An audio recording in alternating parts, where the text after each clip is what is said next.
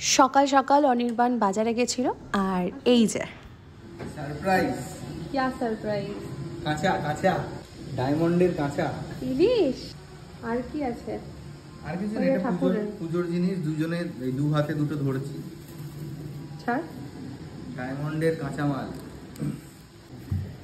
দেখি কেমন ইলিশ পাইছো তুমি, দেখাও যারা। হঠাৎ করে তাই বলি ইলিশ নিয়ে আসবি তুই? আরে রাস্তার উপরে ঢেলে বিক্রি করছে। কত টাকা দাম বল? কত টাকা? গেস কর। আগে সাইজটা দেখ। ও মা, এত ভালো বড়। কত দাম এটা? গেস কর। কাঁচা ইলিশ তো। কাঁচা ইলিশ তো। তুই বল না। গেস কর। আরে বল না। 200 টাকা। হ্যাঁ, 200 টাকা ইলিশ? সিরিয়াসলি? ভালো হবে খেতে?